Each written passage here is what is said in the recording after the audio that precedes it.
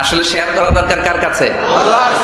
কারণ তিনি অফুরন্ত ধনভাণ্ডারের মালিক, তার কোনো কমতি নাই, ঘাটতি নাই। হাদিসে কুদসিতে এসেছে, ইয়া ইবাদি লাউ আন্না আউওয়ালাকুম ওয়া আখিরাকুম ওয়া ইনসাকুম ওয়া জিন্নাকুম কামু আলা সাঈদিন ওয়াহিদ, পৃথিবীর সব মানুষগুলো যদি এক ময়দানে দাঁড়িয়ে আল্লাহর কাছে চাওয়া শুরু করে, আল্লাহ আমার এটা দাও সেটা দাও, একের পর এক আল্লাহর কাছে চাইতে থাকে, আর আল্লাহ যদি সব বান্দাদের মনের সব আকুতি পূরণ করে দেয়, সবও দিয়ে দেয়, আল্লাহর ক্ষমতা, আল্লাহর প্রাচুর্যের, আল্লাহর ধনভাণ্ডারের 1 ইঞ্চিও কমবে না। এজন্য বিপদে পড়েছেন, চাইবেন কার কাছে? ছেলে হয় না, চাইবেন কার কাছে? খাজা বাবার কাছে যাওয়া যাবে না তো? কেউ ফিরে না খালি হাতে, খাজারে তোর দরবারে দে, বলে না এগুলা? এগুলো বলা যাবে? চাইতে হবে একজনের কাছে, তিনি কে? ইন্টেলেক্ট খাটান, আকল খাটান, কমন সেন্সকে খাটান। এই যে বলা হয় খাজার দরবার থেকে কেউ খালি হাতে ফিরে না, ভুয়া কথা। অনেকে দামি ঘড়ি পরে যায়, পরে ঘড়ি চুরি হয়, খালি হাতে ফিরে। পকেট ভর্তি টাকা নিয়ে যায়, টাকা চুরি হয়ে যায়, খালি পকেটে ফিরে। বাটার জুতা পড়ে যায়, অ্যাপেক্সের জুতা পড়ে যায়, ধাক্কার ছোট জুতা কই আর উনি কই, উনি জানে না। তার মানে ফেরার সময় খালি পায়ে ফিরে। একটা দরবার থেকে কেউ কোনোদিন খালি হাতে ফিরে না। দরবারটা কার দরবার? এজন্য গাইতে হবে এভাবে, কেউ ফিরে না খালি হাতে, আল্লাহর তোর দরবারেতে। পড়েন, কেউ ফিরে না খালি হাতে, আল্লাহর দরবারেতে। কি এক দরবার, 24/7।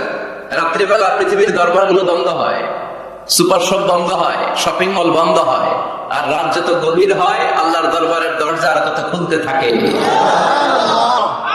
এজন্য ছেলে হয় না, আল্লাহর কাছে চাবেন। মেয়ে হয় না, আল্লাহর কাছে চাবেন। ব্যবসায় লাভ হয় না, আল্লাহর কাছে চাবেন। গণক বাবার কাছে যে চাইলে কোনো লাভ নাই। গণক বাবা আপনার ভাগ্যের কিছুই করতে পারবে না। মনে পড়ে সেই সুর? আচ্ছা বাবা, পরে কথা হবে। এখন রাখি।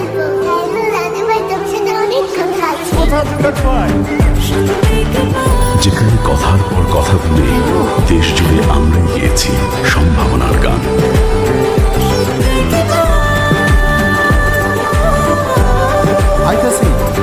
জলদিয়া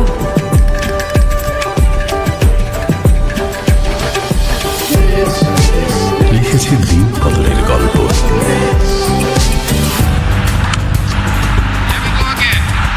পাতার পর পাতায় সাজিয়েছি কান্না, হাসি, উচ্ছ্বাসের এক একটা পর্ব।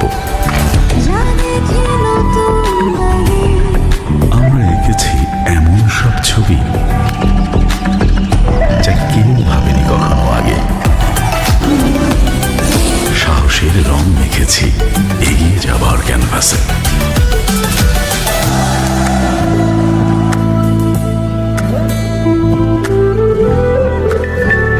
সম্পর্কগুলো খুঁজে পেয়েছে ছন্দ।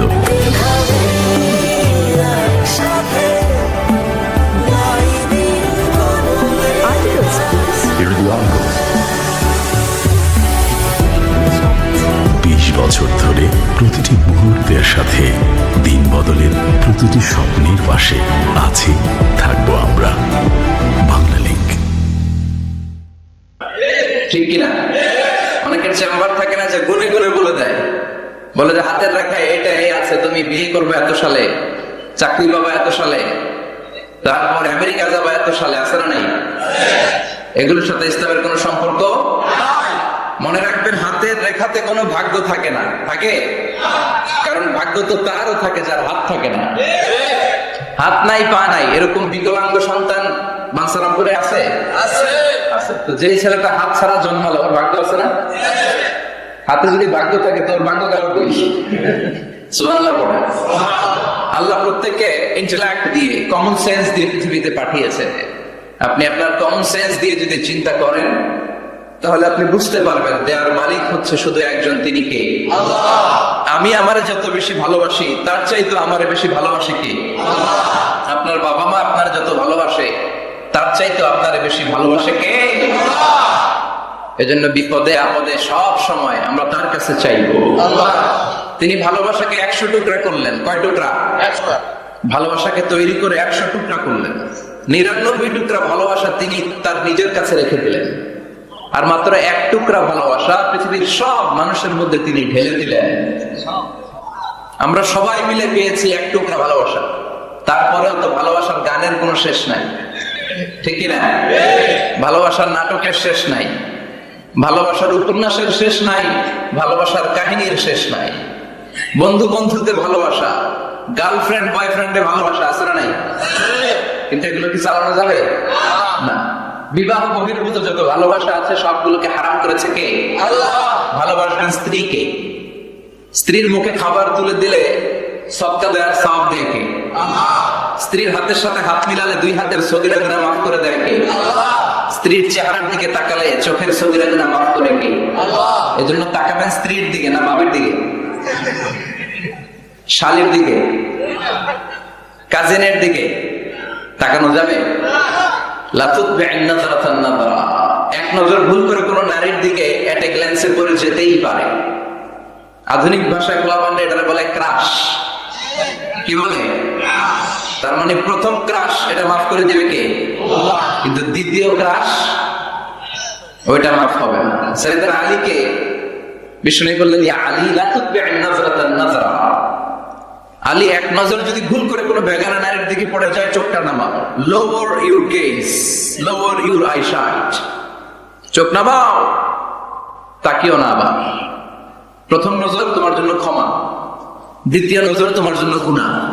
প্রথমে নজর পড়েছে, চোখ নামিয়েছেন, ক্ষমা করবে কি?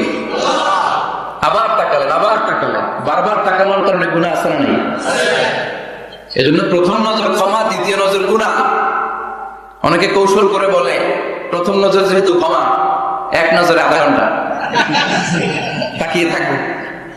এরকম কৌশল করা যাবে? সব কৌশলের বড় কৌশলী কে?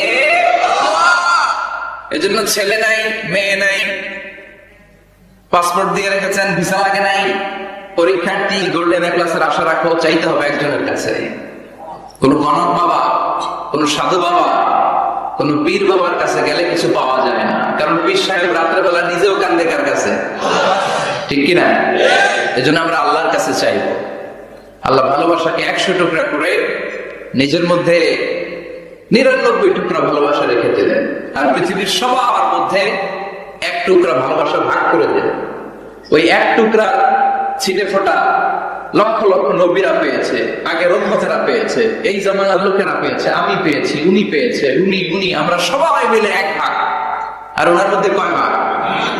তাহলে ভালোবাসা ওনার বেশি না কম? বাবা মা আমাদের যত বেশি ভালোবাসে তার চেয়ে তিনি বেশি ভালোবাসেন। এজন্য ভুল হলে, অন্যায় হলে, অপরাধ হলে আমার আল্লাহ দরবার আছে না নাই? আশা হারানো যাবে না। লা তাইয়াসু বির রাহিল্লাহ, ইন্নাহু লা ইয়াইয়াসু মির রাহিল্লাহি ইল্লা আল-কওমুল কাফিরুন। কখনো আল্লাহর রহমত থেকে নিরাশ হয়ো না। Never give up. কখনোই রহমত থেকে নিরাশ হওয়া যাবে না। আপনি কত গুনাহ করেছেন, কত পাপ করেছেন, কত অন্যায় করেছেন, কয় ওয়াক্ত নামাজ আপনি ছেড়েছেন, কয়টা মিথ্যাই আপনি বলেছেন। আপনার পাপ আর গুনাহ যদি হয় খালের পানির সমান, আল্লাহর দয়া হচ্ছে সাগরের পানির সমান। আপনার পাপগুলো যদি হয় পাহাড়ের সমান, আমার আল্লাহর দয়া আকাশের সমান। এজন্য পাপ করলে আমরা মাফ চাইবো কার কাছে? মাফ করার জন্য তিনি বসে থাকেন। তিনি বসে থাকেন যে বান্দা কখন ফিরে আসে, কখন ফিরে আসে। এজন্য সব সময় বিপদে আপদে আমরা একজনের কাছে সাহায্য চাইবো, তিনি কে? একটা থ্যাঙ্কস জানাই, ধন্যবাদ জানাই, শুকরিয়া জানাই যে আল্লাহ তাআলা আমাদেরকে আজকে এই বাঞ্ছারামপুরের এই মাদ্রাসা ময়দানে এত চমৎকার পরিবেশে কথা শুনবার তৌফিক এনায়েত করে দিয়েছেন। আমরা হৃদয় নিংড়ানো অনেক সবটুকুন ভালোবাসাকে উজাড় করে দিয়ে সিংহ শার্দুলের মতো গর্জন করে আকাশ বাতাস প্রকম্পিত করে মন প্রাণ বুক মুখ একসাথে করে দেহের সবটুকুন শক্তি গলার মাঝ বরাবর এনে চিৎকার করে পড়বো কালিমাতু শুকর আলহামদুলিল্লাহ। পড়েন রব্বানা লাকাল হামদ হামদান কাসীরান তাইয়িবান মুবারাকান ফীহি ইয়া রাব্বি লাকাল হামদু কামা ইয়ানবাগি লিজালালি ওয়াজহিকা ওয়াজহিকা ওয়া আযীমি সুলতানিকা লাকাল হামদু বিল ঈমান লাকাল হামদু বিল ইসলাম লাকাল হামদু বিল কুরআন। প্রশংসা করলাম কার? আল্লাহর প্রশংসা করতে ভালো লাগে? সবার ভালো লাগে? তিনি সেই আদিকাল থেকে আছেন, অনন্তকাল পর্যন্ত থাকবেন, ওনার কোনো লয় নাই ক্ষয় নাই। আছে কি? আমরা মরবো, উনি মরবেন? উনি প্রথম, উনি শেষ, ঠিক কিনা? ওয়াল আউয়াল ওয়াল আখির ওয়াল যাহির ওয়াল বাতিন ওয়া হুয়া বিকুল্লি শাইইন আলীম। প্রথমে কে? কথা বলেন। শেষে কে? প্রথমে আল্লাহ আল্লাহ, শেষেও আল্লাহ আল্লাহ, আকাশে আল্লাহ আল্লাহ, জমিনেও আল্লাহ আল্লাহ। পড়েন, প্রথমে আল্লাহ আল্লাহ, শেষেও আল্লাহ আল্লাহ, আকাশে আল্লাহ আল্লাহ, জমিনেও আল্লাহ আল্লাহ। নিখিল জাহান গায়ে গুণগান তার নামে গায়, আমরাও গাহি তাআলা হামদে বারি তাআলা, হামদে বারি তাআলা, হামদে বারি তাআলা। সুবহানাল্লাহ। প্রথমেও তিনি, শেষেও তিনি, প্রকাশ্যেও তিনি, গোপনেও তিনি, সব জায়গায় তিনি। আমি তো বলি সব জায়গায় তিনি, ঠিক কি না? কারণ আমরা যখন আজান দিই, আজানের শুরুতে কি বলি? আল্লাহু আকবার বলি না? তার মানে আজানে আল্লাহর নাম আছে না নাই? কথা বলেন। নামাজে আল্লাহর নাম আছে না নাই? আমরা যখন ধারালো একটা ছুরি দিয়ে ঈদুল আজহার দিনে পশু জবাই করি, কি বলি? আল্লাহর নাম। আবার জিকিরের মধ্যে আছে কার নাম? জোরে বলেন। তার মানে আজানে আল্লাহ আল্লাহ, ইকামাতে আল্লাহ আল্লাহ, কুরবানিতে আল্লাহ আল্লাহ, জিকিরে আল্লাহ আল্লাহ। পড়েন, আজানে আল্লাহ আল্লাহ, ইকামাতে আল্লাহ আল্লাহ, কুরবানিতে আল্লাহ আল্লাহ, জিকিরে আল্লাহ আল্লাহ। নিখিল জাহান গাই গুণগান তার নামে গায়, আমরাও গাহি তাআলা হামদে বারি তাআলা, হামদে বারি তাআলা, হামদে বারি তাআলা। আল্লাহু আকবার। কি এক মধুর নাম! শুরুতেও তিনি, শেষেও তিনি, গোপনেও তিনি, প্রকাশ্যেও তিনি। পড়েন সুবহানাল্লাহ। এজন্য সব সময় প্রশংসা করবো কার? আমরা যেন বেশি বেশি আল্লাহর প্রশংসা করতে পারি। আল্লাহ তুমি তৌফিক দাও। বাঞ্ছারামপুর সুবহানিয়া ইসলামিয়া ফাজিল ডিগ্রি মাদ্রাসা হেফজখানার উদ্যোগে আজকের এই প্রোগ্রাম, আজকের এই মাহফিল। আমি এসে প্রিন্সিপাল হুজুরের সাথে কথা বলছিলাম। যোগ্য একজন প্রিন্সিপাল আপনারা পেয়েছেন, আলহামদুলিল্লাহ। পড়েন, প্রায় 18 বছর ধরে উনি লিড দিচ্ছেন, এলাকাবাসীদেরকে নিয়ে এই পর্যন্ত প্রতিষ্ঠানটিকে নিয়ে এসেছেন। আল্লাহ যেন কিয়ামত পর্যন্ত এই প্রতিষ্ঠানটাকে হেদায়েতের মার্কাজ হিসেবে কবুল করে, আমরা করি আমিন। আজকের প্রোগ্রামের সভাপতি হাজী মোহাম্মদ ফজলুল হক সাহেব, ভাই ভাই জুয়েলার্স, ভিটি ঝগড়াচর। আপনি মাশাআল্লাহ, সভাপতি চলে আসছে। প্রতিষ্ঠাতা হচ্ছে মরহুম মাতুমিয়া সরকার, জগন্নাথপুর। কথা বলেছেন হযরত মাওলানা আনম মাইনুদ্দিন সিরাজি। যারাই কথা বলেছেন তারা কোরআন থেকে বলেছেন, ঠিক কিনা? আর কোরআন থেকে বললেই কথাগুলো সত্যি হয়, চমৎকার হয়, ফাঁক ফোকর থাকে না। আর যদি উল্টা পাল্টা গল্প কিচ্ছা কাহিনী দিয়ে কথা বলা হয়, এটার মধ্যে ফাঁক ফোকর আছে না নাই? এই জন্য তাফসীর মাহফিল গুলো, এগুলো হচ্ছে আল্লাহর পক্ষ থেকে রহমত, মার্সি এন্ড ব্লেসিংস। এটা আল্লাহর রহমত। পৃথিবীর কোথাও উইন্টার সিজনে, শীতকালে এরকম গ্যাদারিং হয় না, এত মানুষকে বসতেই দিবে না। আর যে সমস্ত দেশে আলোচনা হয় সেমিনার টাইপের, কনফারেন্স টাইপের, আমরা অনেক জায়গায় সেমিনারে কনফারেন্সে কিছু কথাবার্তা বলি। আবার অনেক জায়গায় শর্ট তাজকিরা হয়, very short Tazkira, for 20 minutes or 15 minutes, 15-20 মিনিটের ছোট্ট আলোচনা। স্পিকারও চলে যায়, শ্রোতারাও চলে যায়। কিন্তু এই যে আসর থেকে শুরু করে মাগরিব, মাগরিব থেকে এশা অবধি রাত 10টা-11টা পর্যন্ত, এই যে শীতের রাতে মাঠে ঘাটে তাফসীর প্রোগ্রামের যে অ্যারেঞ্জমেন্ট, এটা আমার দেশ বাংলাদেশ ছাড়া আর কোথাও কি আছে? কথা বলেন। এই জন্য তাফসীর প্রোগ্রামগুলোকে আমাদের সফল করতে হবে। ভবিষ্যতেও যদি কোনো তাফসীরুল কোরআনের ডাক আসে, এসে উপস্থিত হয়ে সফল করতে রাজি আছেন তো? রাজি আছেন? কারণ এখানে কোরআন থেকে কথা হয়। কোরআনের আওয়াজকে কেউ স্তব্ধ করে দিতে পারে? এক জায়গায় তাফসীর মাহফিল বন্ধ হলে আর 10 জায়গায় সুযোগ আছে না নাই? আল্লাহ কোরআনের বাণীকে ছড়িয়ে দিবে। বিশ্বনবীকে আল্লাহ তাআলা পুরো পৃথিবীটাকে ছোট্ট করে কনসাইজ এন্ড প্রিসাইজ করে মিনিয়েচার করে বিশ্বনবীকে দেখিয়েছেন, মুহাম্মদ দেখো, this is Asia, this is America, this is Africa. পুরো মহাদেশ গুলো দেখিয়েছেন, গোটা বিশ্বটাকে বিশ্বনবীর কাছে ছোট করে দেখিয়েছেন। আর বিশ্বনবী বলেছেন, যত দূর জায়গা আমি দু চোখ দিয়ে দেখেছি তত দূর জায়গায় কালিমার বাণী পৌঁছে যাবে। পৃথিবীর কোন অপশক্তি কোরআনের আওয়াজকে থামিয়ে দিতে পারবে না। ওয়ালা বাইতা ওয়াবার ওয়ালা মাদার, কোন ছনের ঘর, পাকা ঘর, টিনের ঘর, জঙ্গল, পাহাড়, পর্বত, এমন কোন জায়গা থাকবে না যে জায়গা থেকে আল্লাহু আকবার ধ্বনি উচ্চারিত হবে না। চিল্লায় এখন ঠিক কিনা? এজন্য ইসলামের পক্ষে থাকলে লাভ না লস, আর ইসলামের বিপক্ষে গেলে সব শেষ, দুনিয়াও বরবাদ, আখিরাতও বরবাদ। এজন্য আমরা যেন সবসময় ইসলামের পক্ষে থাকতে পারি, আল্লাহ তৌফিক দান। আরো জোরে পড়েন আমিন। আমরা যে বইটা থেকে আজকে কয়েক মিনিট কথা শুনবো, বইটার নাম কি? তাফসীর মাহফিলের একমাত্র সিলেবাস আল কোরআন, ঠিক কিনা? এই কোরআনের বাইরে কথা বললে এখানে খাওয়া না, আছে মাইক, আছে কি? এখানে যদি কেউ গীতা পাঠ করে মাইক দিবেন না? শ্রীমদ ভাগবত গীতা, ত্রিপিটক, এগুলো পাঠ করলে মায়ের আছে নাই? কিন্তু এখানে কোরআন থেকে তেলাওয়াত হলে আমাদের তাকবীর চলে, চিল্লা একদম ঠিক কিনা? এজন্য আমরা এই বইটা থেকে কথা বলার চেষ্টা করি, এই বইটা দিয়ে মানুষকে আলোকিত করবার চেষ্টা করি, কারণ কোরআন এসেছে মানুষকে আলোকিত করতে। কোরআনের আরেক নাম হচ্ছে নূর। কোরআনের আরেক নাম কি? নূর মানে লাইট। এজন্য রব্বুল আলামিন বলেন, কিতাবুন আনজালনাহু ইলাইকা লিতুখরিজান নাসা মিনাল যুলুমাতি ইলান নূর। ও Muhammad, I've revealed this holy and sacred book unto you in order to lead the mankind out of darkness into the light. ও নবী, কেন এই কোরআন পড়ালাম জানো নাকি? শোনো, অন্ধকারাচ্ছন্ন মানুষগুলোরে আলোর পথে নিয়ে যাওয়ার জন্য, বামপন্থী গুলারে ডানপন্থী বানানোর জন্য, জাহান্নামী গুলারে জান্নাতে পাঠানোর জন্য। পড়েন ঠিক কিনা? কোরআন পড়লে কেউ বামপন্থী থাকতে পারে না, পারে? জাহান্নামী থাকতে পারে না, পারে? অন্ধকারে থাকতে পারে না, তাকে আলোর পথ দেখায় কি? কারণ কোরআন নিজেই তো আলো। হেরার গুহা থেকে বিশ্বনবী আলো নিয়ে এসেছেন, গোটা বিশ্বটাকে আলোকিত করে দিয়েছেন। Up to the day of judgment, কিয়ামত পর্যন্ত এই আলো ছড়াতেই থাকবে, ছড়াতেই থাকবে, ছড়াতেই থাকবে। কারণ মুখের ফুৎকারে আলো কখনো নিভে যাবে না। চিল্লা একদম ঠিক কিনা? অনেকে চায় কোরআনের আওয়াজকে মাটির নিচে পুঁতে ফেলতে,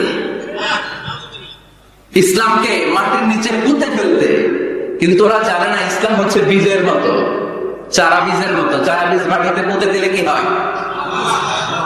আবার উপরের দিকে উঠে। সুবহানাল্লাহ পড়বেন না? এজন্য কাফেরদের হুমকি, ধামকি, রক্তচক্ষু আর ষড়যন্ত্রের কবলে কোরআনের কিচ্ছু হবে না, বরং গোটা বিশ্বব্যাপী কোরআনের জয় জয়কার। হাজার হাজার হিন্দু, খ্রিস্টান, বৌদ্ধ কালিমা পড়ে মুসলমান হয়ে যায়। After the Twin Tower attack, the number of Muslim community already have been doubled, tripled, multiplied. Twin Tower attack এর আগে মুসলমান আমেরিকাতে যা ছিল এখন 2 গুণ, 3 গুণ, 4 গুণ, 5 গুণ হয়ে গিয়েছে। ইউরোপ আমেরিকাতে মসজিদের সংখ্যা যা ছিল এখন বেড়ে অনেক গুণ বেশি হয়ে গিয়েছে।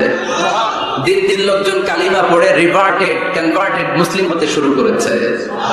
এটাই প্রমাণ করে এই কোরআনের বিজয়কে ঠেকাবার মতো শক্তি মহাবিশ্বে কারো নাই। চিৎকার করে বলেন ঠিক কিনা?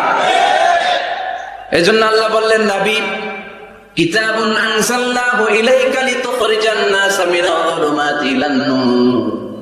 এই কিতাবটাকে আমি দিয়েছি অন্ধকারাচ্ছন্ন মানুষগুলোকে এই কিতাবের আলোকে আপনি আলোকিত করে দিবেন। জাহেলি যুগের ওমরকে আপনি গোটা বিশ্বের সেরা ওমর বানাবেন, যে ওমর বিশ্বনবীর কল্লা কাটার জন্য তলোয়ার নিয়ে বিশ্বনবীর কাছে এসেছিল। ওই ওমরকে ইসলামের ছায়াতলে এনে ইসলামের খলিফা বানিয়ে দিয়েছে কি? তাইলে ইসলামের আগের ওমর পরের ওমর পার্থক্য আছে না নাই? ওমরের জীবনটাকে আলোকিত করেছে যে পুস্তকটা, যে বইটার নাম সবাই বলেন কি নাম? এই বইয়ে কোনো ভুল আছে? সন্দেহ আছে? সংশয় আছে? This is the book whereof there is no doubt in it, no suspicion in it. There is no doubt in it. and a guidance to those who are muttaqin, who are Muslimin, who are the believers. এই কোরআনে কোনো ভুল নাই, কোনো সন্দেহ নাই। মুত্তাকিনদের জন্য আল্লাহ তাআলা হেদায়েতের মেথডোলজি করে এই বইটাকে পাঠিয়েছেন। পড়েন সুবহানাল্লাহ। এই বইটা এমন বই যে বইটা ১৫০০ বছর পর্যন্ত আমাদের সমাজের জীবনে, ফ্যামিলিতে লেগে যাওয়া যত জট ছিল সব জটগুলোকে খুলে সমাধানের আলো দেখিয়েছে। বলেন ঠিক কিনা? This book is a problem solving methodology. এই বইটা সমস্যার সমাধান করে দেয়, জট খুলে দেয়, ঝামেলার নিরসন করে দেয়। নাকি কোরআন জট লাগায়? নাকি পেস লাগায়? পেস লাগায় না করি। তার মানে সব সমস্যার সমাধান দিতে পারে। সমাধান চাও যদি জীবনে মরণে, ফিরে যাও খুঁজে নাও, চোখ রাখো কোরআনে। চোখ রাখবেন কোথায়? না এটিএন বাংলার পর্দায়, জি বাংলার পর্দায়, স্টার জলসা, কিরণমালা, কোথায় রাখবেন? সবাই পড়েন। সমাধান চাও যদি জীবনে মরণে, ফিরে যাও খুঁজে নাও, চোখ রাখো কোরআনে। If you want the solution this dunya and akhirah, go back, have a look to the holy Quran. Subhanallah. Go back, have a look to the holy Quran. যাও তোমার চেয়ারে বসো, হেলান দিয়ে বইটা খোলো আর চোখ বোলাও। তোমার সমস্যার সমাধান এনে দিতে পারে কে? আল্লাহ। এজন্য এই কিতাবটা এমন কিতাব, এই কিতাব থেকে প্রেসক্রিপশন না নিলে সমাজটা সুন্দর হবে না। এই কিতাব থেকে প্রেসক্রিপশন না নিলে জীবনটা সুন্দর হয় না। এই কিতাব থেকে প্রেসক্রিপশন না নিলে দুর্নীতি দমন কমিশন দিয়ে দুর্নীতি বন্ধ করা যায় না। জোরে বলেন ঠিক কিনা? এই কিতাব থেকে প্রেসক্রিপশন নিলে সব ঠান্ডা, সবকিছুর সমাধান হয়ে যাবে। এই জন্য জীবনে মরণে এই কিতাবটাকে সাথী বানাতে হবে। রাজি আছেন তো? নাকি শুধু তাফসির মাহফিলে বয়ান শুনে শেষ? কোরআন তেলাওয়াত করতে রাজি আছেন তো? Our duties to the holy and sacred book, holy Quran. আমাদের যে সমস্ত দায়িত্ব আছে এই কিতাবের প্রতি, তার প্রথম দায়িত্ব হচ্ছে recitation of this holy book. প্রতিদিন এই বইটাকে তেলাওয়াত করা, আবৃত্তি করা, সুন্দর কণ্ঠে আবৃত্তি করা। বিষ্ণু বলেছেন, মান লাম ইয়াতাগান্না বিল কুরআন ফালাইসা মিন্না। যে সুন্দর কণ্ঠে কোরআন তেলাওয়াত করে না, সে আমার উম্মত হতে পারে। এজন্য কোরআন তেলাওয়াতের দরকার আছে না নাই? কোরআন তেলাওয়াত করেন তো? কিয়ামতের দিন কোরআন যদি আমাদের বিরুদ্ধে দাঁড়ায়, জান্নাতের দরজা খুলবে না আটকে যাবে? এজন্য প্রথমত প্রতিদিন আমরা কোরআনের তেলাওয়াত করব। রাজি আছেন? মনে থাকবে? যারা কোরআন জানেন না, হুজুর কোরআন শিক্ষার আসর একটা করবেন সান্ধ্যকালীন রমজান মাসে। মুরব্বীরা, বয়স্করা যারা কোরআন পড়তে পারে না, তারা এখানে এসে কোরআন শিখবেন। রাজি আছেন তো? আমরা কোরআন জেনে বুঝে মরতে চাই। রাজি আছেন? কোরআন শিখলেও লাভ, শিখাইলেও লাভ। খায়রুকুম মান তাআল্লামাল কুরআনা ওয়া আল্লামা। The best person among you who reads Quran by himself and teaches it to others. সবচেয়ে সেরা আল্লাহর কাছে সে যে নিজেও কোরআন পড়ে, অন্যেরও পড়ায় দেয়। আপনি যদি কাউকে শুধু সূরাতুল ফাতিহাটা শিখিয়ে দেন, সে সারা জীবনের নামাজে যত সূরা ফাতিহা পড়বে তার সওয়াব তো তার থাকবেই। ওইটা একটা পার্সেন্টেজ সওয়াব আপনার আমলনামায় আছে নাই? কি এক কিতাব, এক অক্ষর বললে 10টা নাকি? সুবহানাল্লাহ বাড়িতে যায় বললেন। এক আয়াত পড়লে জান্নাতের বিল্ডিং এক এক তলা করে লম্বা হতে থাকে। তেলাওয়াত নিজ কান দিয়ে ঠান্ডা মাথায় শুনলে আকাশ থেকে রহমতের ঝিরি ঝিরি বাড়ি ধারা নামতে থাকে। অন্যকে শিখাইয়া দিলে আল্লাহর কাছে শ্রেষ্ঠ লোকদের তালিকায় নাম চলে যায়। এজন্য কোরআনের সাথে অ্যাটাচমেন্ট উইথ দ্য হোলি কোরআন বাড়ানোর দরকার আছে না নাই? কোরআনের প্রতি আমাদের আরেকটা দায়িত্ব হচ্ছে টু মেমোরাইজ দ্য হোলি বুক কোরআন। কোরআনকে মুখস্থ করা। অনেকে মনে করে যারা হেফজখানায় পড়ছে এদেরই দায়িত্ব কোরআন মুখস্থ এরাই করবে। না, এটা আমাদের সবার দায়িত্ব, এটা গ্লোবাল দায়িত্ব, এটা পুরো উম্মার দায়িত্ব। আমরা যে যতটুকু পারি, যতগুলো সূরা পারি মুখস্থ করার চেষ্টা করব। রাজি আছেন? সবাই রাজি আছেন তো? কোরআনের প্রতি আমাদের সবচেয়ে বড় দায়িত্ব হচ্ছে মাতৃভাষায় আমাদের এই কোরআনকে বুঝতে হবে। ঠিক কিনা? আল্লাহ কি বলছেন, কি আমাদেরকে জানাতে চাইলেন, সব আল্লাহ বলে দিয়েছেন এই কোরআনে। নতুন করে আল্লাহ আকাশ থেকে কিছু আর পাঠাবে? সব সমাধান এই বইয়ের ভিতরে দিয়ে দিয়েছে। আল্লাহ কি সমাধান দিলেন, কি রোড ম্যাপ দিলেন, কি কর্মসূচি ঘোষণা করলেন জানার দরকার আছে না নাই? এজন্য কোরআনের বঙ্গানুবাদ করবেন। বাংলা ভাষায় কোরআন পাওয়া যায়, মোবাইলে অ্যাপস পাওয়া যায়, সব জায়গায় আমরা বলি মোবাইলের অ্যাপসে বাংলা কোরআন রাখবেন, তাফসীর রাখবেন, ইসলামিক লাইব্রেরি গুলো থেকে কোরআনের বঙ্গানুবাদ নিয়ে আসবেন। রমাদানের 7 খতম 8 খতমের কোনো দরকার নাই, একটা খতম দেন আর বাকি সময়টা মাতৃভাষায় পড়েন। আল্লাহ কি বলতে চাইল? আল্লাহ কসমোলজির কথা, জিওলজির কথা, বায়োলজির কথা, এমব্রায়োলজির কথা, বোটানির কথা, হিউম্যান অ্যানাটমির কথা, এমন কোনো বিষয় নাই যে বিষয়ের ব্যাপারে আল্লাহ কোরআনে কোনো কথা বলে নাই। বলেন সুবহানাল্লাহ। এজন্য মাতৃভাষায় কোরআন বুঝতে হবে। প্রতিদিন একটা করে আয়াত হলেও আমরা কোরআনের বাংলা অনুবাদ করার চেষ্টা করবো। রাজি আছেন? বানসারামপুরের ভাইরা সবাই রাজি? বাংলায় কোরআন পড়বো। কোন ভাষায়? সবাই রাজি তো? আওয়াজ করে পড়েন ইনশাআল্লাহ। আল্লাহ তুমি কবুল করো, আল্লাহ তুমি বরকত দাও। সম্মানিত ভাইয়েরা, আমি আপনাদের খেদমতে কোরআনের ছোট্ট একটা সূরা তেলাওয়াত করেছি। আসুন এই সূরার আলোকে কিছু কথা এই চমৎকার রজনীতে আমরা শুনবার চেষ্টা করি। এই সূরাটি মাক্কি সূরা, কোরআনের 102 নম্বর সূরা। সূরাটির নাম সূরাতুত তাকাসুর। সূরাটির নাম কি?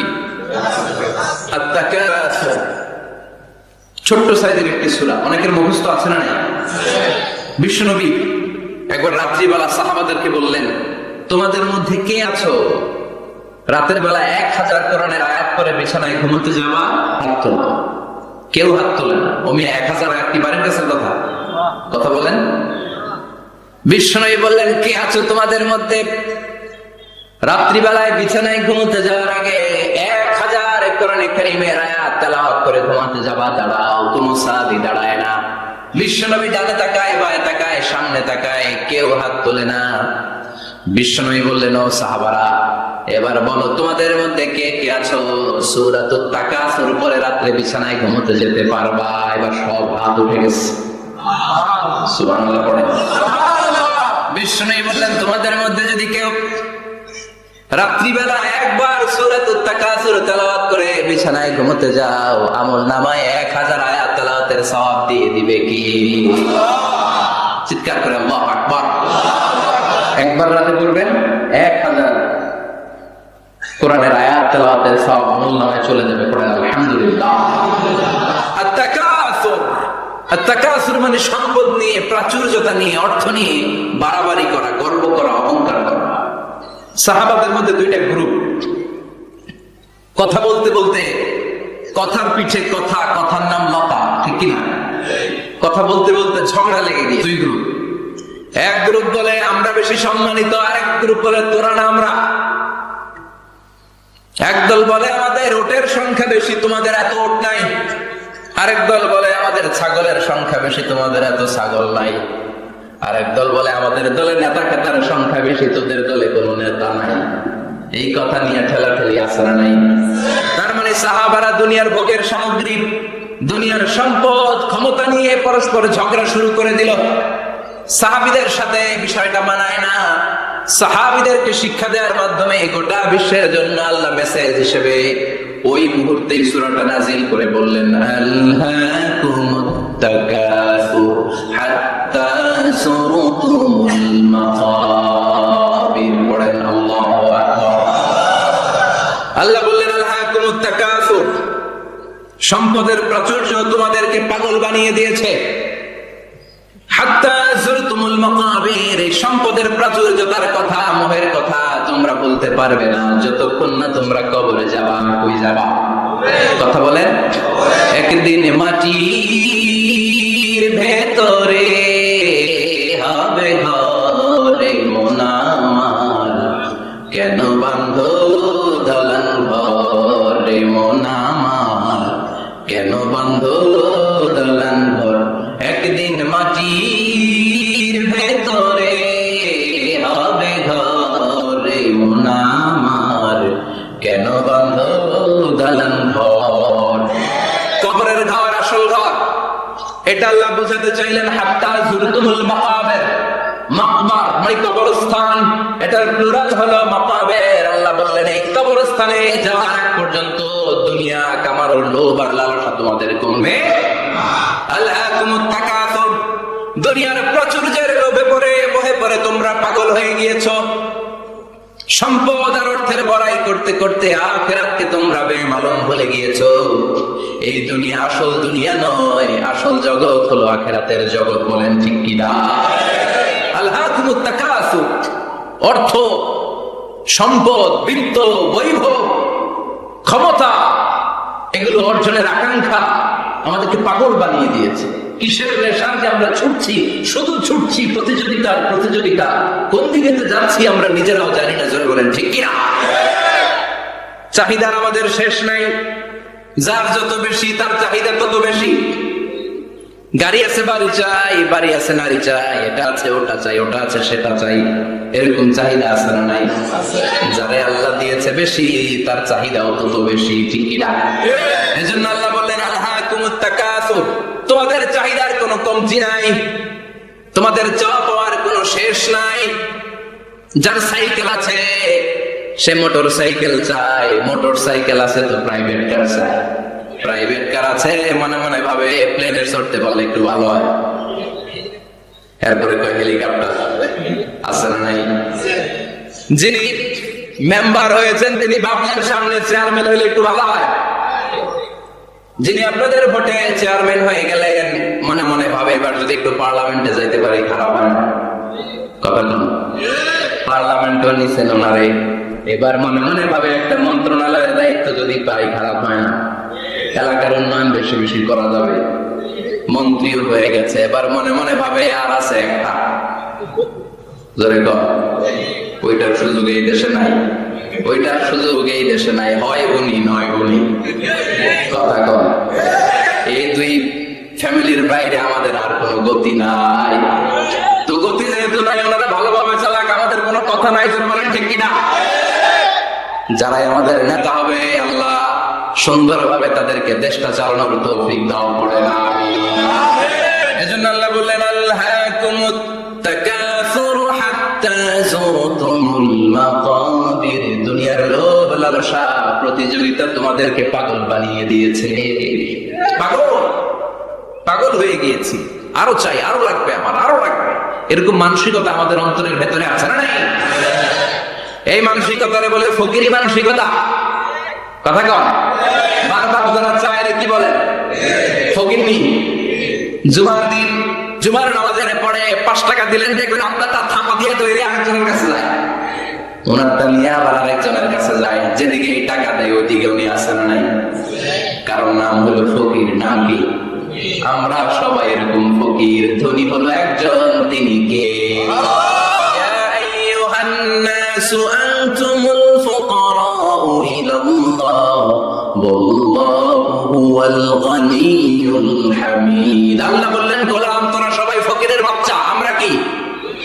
ওই যে কয় না ফকিরের বাচ্চা কইতে প্রেস্টিজে লাগে, কিন্তু কোরআনে কিন্তু আল্লাহ কয়ে দিয়েছে আনতুমুল ফুকারাউ ইলাল্লাহ, তোমরা সবাই আল্লাহর দিকে ফকির। কারণ আমরা রাতে দিনে সব সময় বিপদে পড়লে চাই একজনের কাছে, তিনি কে? অসুস্থ হলে কাঁদি একজনের কাছে, তিনি কে? তুফান হইলে বন্যা হলে একজনের ডাকি, তিনি কে? বাংসারামপুর তুফান হয় না, বন্যা হয় না, সিডার হয় না, কারা ডাকে? দেখবেন তুফান হইলে মুসলমানরা যেমনি ডাকে হিন্দুরাও ডাকে, বৌদ্ধরাও ডাকে, নাস্তিকরাও নাস্তিকতা বলে যায়, তখন জিকির চলে একজনের, তিনি কে? আমি বরিশালে গিয়েছিলাম বাসে করে, ফিরে আসছি লঞ্চে। এই একবার সাগরের ভেতরে, নদীর ভেতরে তুফানে পড়েছে। সেই দিন চিনতে পেরেছি আল্লাহ কারে কয়।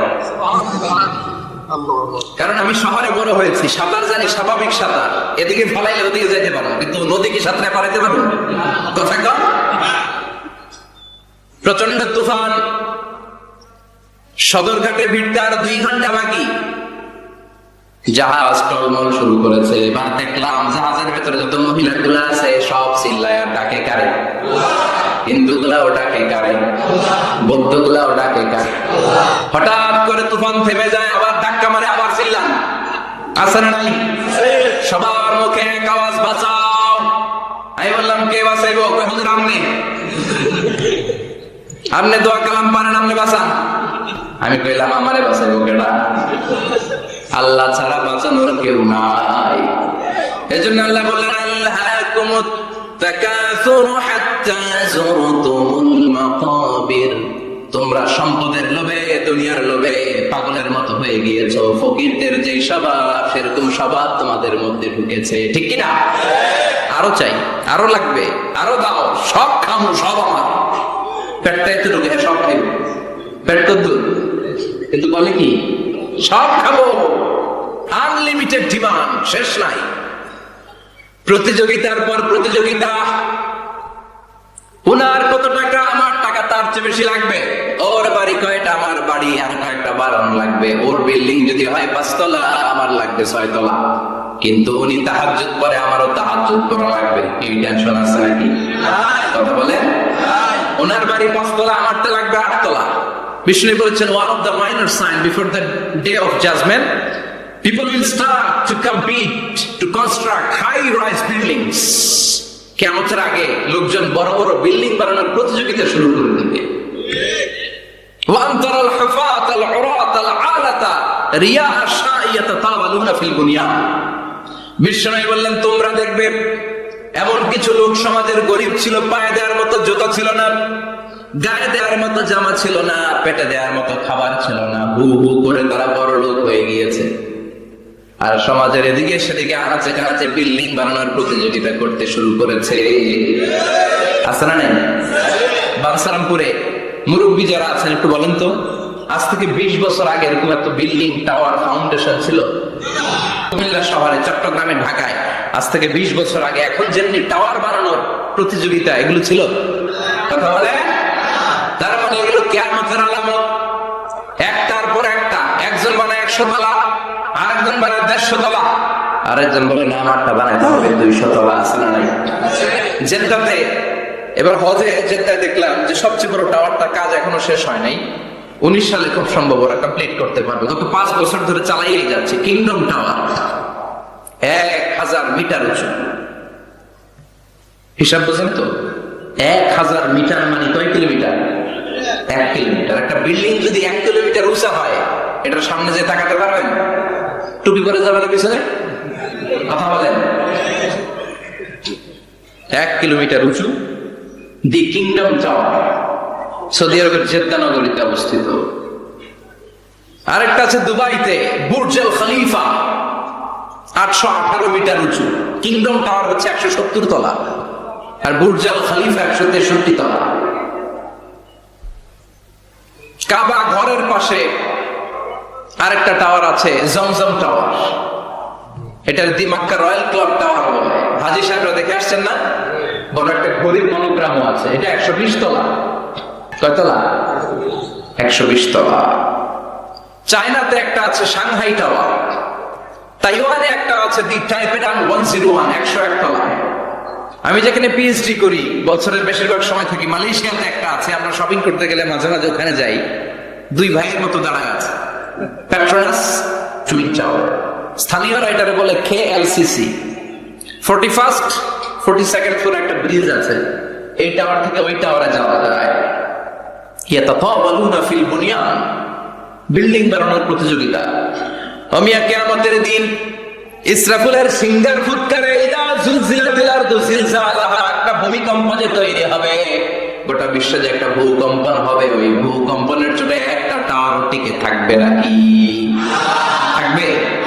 এজন্য আল্লাহ বললেন, আল্লাহকুমুত তাকাসুরু হাত্তা যুরতুমুল মাকাবির। দুনিয়ার সম্পদ, লোভ, লালসা, এই সম্পদের প্রতি আকাঙ্ক্ষা তোমাদেরকে গাফেল বানিয়ে দিয়েছে। এই গাফলতি তোমাদের কমবে না, থামবে না। হাত্তা যুরতুমুল মাকাবির, যতদিন না কবরে যাও। কবরে না যাওয়া পর্যন্ত এই খাই খাই নাই নাই এই মানসিকতা তোমাদের থেকে কঠিন কালেও যাবে না। চিৎকার করে বলেন কথাটা কার? এজন্য আল্লাহ বললেন, সম্পদ তোমাদেরকে পাগল বানিয়ে রেখেছে। সম্পদের পাহাড় মানুষ করতে চায়। আরব বিশ্বের ধনকুবেরদের সম্পদের তালিকা দেখলে আপনি অবাক হবেন। প্রিন্স ওয়ালিদ বিন তালাল, বর্তমান যেটা আছে MBS বলে ওরে সংক্ষেপে, MBS, মোহাম্মদ বিন সালমান, সম্পদের কোনো অভাব নাই। ওয়ালিদ বিন তালাল আরেক ধনকুবের, আগের বাদশাহ আব্দুল্লাহ ভাগিনা। তার একটা প্লেন আছে, পার্সোনাল জেট প্লেন। এই প্লেনটা 70% মেড অফ গোল্ড। 70% স্বর্ণ দিয়ে বানানো। Can you imagine? কল্পনা করতে পারেন? গত 2 বছর আগে আমি ব্রুনাই গিয়েছিলাম একটা প্রোগ্রামে। ব্রুনাইতে আছে পৃথিবীর সবচেয়ে বড় প্যালেস, রাজপ্রাসাদ, নাম ইস্তানা নুরুল ইমান। প্রায় 2000 কক্ষ আছে ওই রাজপ্রাসাদের ভেতর। এটার মালিক হচ্ছে ব্রুনাইয়ের বাদশাহ সুলতান হাসান আল বালখিয়া। গ্র্যান্ড হায়াত নামে একটা হোটেল আছে, ওটার মালিক। ওনার সংগ্রহে 500টা রোলস রয়েস গাড়ি আছে। কয়টা? এক একটা গাড়ির দাম কমসে কম 10 কোটি টাকা। আচ্ছা, একজন মানুষের পুরো ফ্যামিলি নিয়ে চলতে ফিরতে মজমাস্তি করতেও কয়টা গাড়ি লাগে?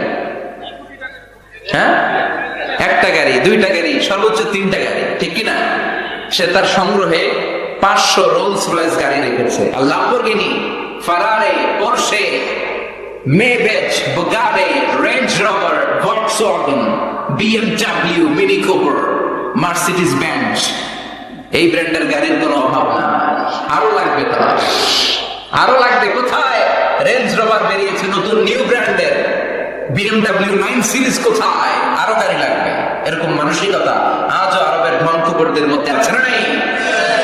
এজন্য আল্লাহ বললেন, খবরদার, সম্পদ তোমাদেরকে পাগল বানিয়ে দিয়েছে। আলহাকুমুত তাকাসুর, এই সম্পদের মায়া কোনদিন তোমাদের কমবে না। হাত্তা যুরতুমুল মাকাবির, যতদিন না তোমরা কবরের ভেতরে ঢুকবা। ইসলাম সম্পদ উপার্জন করতে বাধা দেয় না, তবে সেটা হতে হবে হালাল পন্থায়, ঠিক কিনা? কারণ হালালে বরকত দিয়েছে কে? হারামে কোনো বরকত আছে? আচ্ছা বলেন তো, গরু খাওয়া হালাল না হারাম? কুকুরের গোশত খাওয়া হারাম। বাংলাদেশে কি বেশি বেশি গরু জবাই হয় না কুকুর? গরু। গরু বছরে বাচ্চা দেয় কয়টা? একটা। কুকুর বাচ্চা দেয় কয়টা? 6টা 7টা, অনেকগুলো। তারপরেও বাংলার জমিনে গরু বেশি না কুকুর বেশি? সুবহানাল্লাহ বলবেন না? গরু খাইলামও বেশি, গরু জবাই করলামও বেশি, আবার গরু বাচ্চাও দিল কম। কুকুর খাইলাম না, কুকুর জবাইও করলাম না, কুকুর বাচ্চা দিল অনেক, কিন্তু কুকুর কম, গরু বেশি। কারণ গরু খাওয়া হালাল, আর হালালে বরকত ঝুলিয়ে দিয়েছে কে? এজন্য আল্লাহ বললেন, গোলাম হালালে বরকত, হালাল পন্থায় কোটি কোটি টাকার মালিক হন, ইসলামে বাধা নাই। তবে নিসাব পরিমাণ সম্পদ হলে যাকাত দিতে বলেছে কে? ফি আমওয়ালিহিম হাক্কুন লিস-সাইলি ওয়াল মাহরুম। তোমার সম্পদের মালিক শুধু তুমি নও, না খেয়ে থাকা সমাজের গরিবদের ওই সম্পদে ভাগ আছে না নেই? অনেকে যাকাতের শাড়ি দেয়, যাকাতের লুঙ্গি দেয়। যাকাতের শাড়ি বলতে, যাকাতের লুঙ্গি বলতে কোনো লুঙ্গি নাই, ঠিক কিনা? যাকাত হচ্ছে এমন পরিমাণে সম্পদ আপনি একজনকে দিয়ে দিবেন, ওই সম্পদ পেয়ে জীবনে আর কোনদিন যেন তার আরেক জায়গায় যাকাতের টাকা নিতে হাত পাকা না লাগে। কিন্তু যাকাতের শাড়ি দেয়, আছে না? পত্রিকায় বিজ্ঞপ্তি দেয়, আবার ওই শাড়ি আনতে যায় পদপৃষ্ট হয়ে লোকজন মারা যায়। এরকম টাকা আছে না? এজন্য আল্লাহ বললেন, খবরদার, সম্পদ উপার্জন করো, কিন্তু নিসাব পরিমাণ সম্পদের মালিক হলে যাকাত দিবা। ওয়াল্লাযীনা ইয়াকনিজুনা আয-যাহাবা ওয়াল ফিদ্দাতা ওয়া লা ইউনফিকুনাহা ফী সাবিলিল্লাহ ফাবাশশিরহুম বিআযাবিন আলীম। যারা সম্পদের মালিক হয় কিন্তু আমার রাস্তায় যাকাত দেয় না, ও নবী, তাদেরকে আপনি কঠিন আযাবের সুসংবাদ দেন। বলেন নাউযুবিল্লাহ। আযাবের কি সুসংবাদ হয় না দুঃসংবাদ? কিন্তু আল্লাহ সুসংবাদ বললেন কেন? কারণ আযাবটা বড় কড়া হবে। যাকাত যারা দেয় না, ব্যাংক ব্যালেন্স করে, এফডিআর করে, সঞ্চয়পত্র কিনে রাখে, ফ্ল্যাটের পর ফ্ল্যাট কিনে রাখে, জমির পর জমি কিনে রাখে, যাকাত দেয় না, ওদের শাস্তি হবে ভয়ঙ্কর। শাস্তির তীব্রতা বোঝানোর জন্য আল্লাহ বললেন সুসংবাদ। ছেলে পরীক্ষায় ফেল করেছে, গণিত পরীক্ষায়, মা বলে ফেল করছস, তোর বাপে আসো, কেমন মাইট দিবে, মাইট খেয়ে মজা টের পাবি। তুমি মাইট দিলে কি মজা লাগে না ব্যথা লাগে? কথা কন, তোর মা তোর পায়ে মজা পাবি, মজা টের পাবি। তার মানে মাইটটা খুব কড়া মাইট হবে, কড়া। আল্লাহ বললেন, কারণের দিকে তাকাও, যারা সম্পদের যাকাত দিস না, কারণের দিকে তাকাও। সাইয়েদনা মুসা আলাইহিস সালামের চাচাতো ভাই মুসা আলাইহিস সালাম বললেন, কারণ যাকাত দাও। কই, কেন দিমু? কারণ আল্লাহ তোমারে সম্পদ দিয়েছে। কারণ বলে কোন আল্লাহ তাআলা আমারে সম্পদ দেয়নি। ইন্নামা উতিতুহু আলা ইলমিন ইনদি, আমার বুদ্ধি খাটিয়ে সম্পদের মালিক আমি হয়েছি। আমার ব্রেন খাটাইছি মিয়া, বুদ্ধি খাটাইছি, মাথার গাম পায়ে ফেলে আমি সম্পদ কামাইছি, কোনো জাকাত টাকা দেব না। সাইয়েদনা মুসা আলাইহিস সালাম বললেন, দাওয়াত দেওয়ার দায়িত্ব আমার, দাওয়াত দিলাম, যাকাত দাও, তাহলে কঠিন আযাব তোমার উপর চেপে বসবে। কারণ বলে, পারলে তুমি শাস্তি নিয়ে আসো।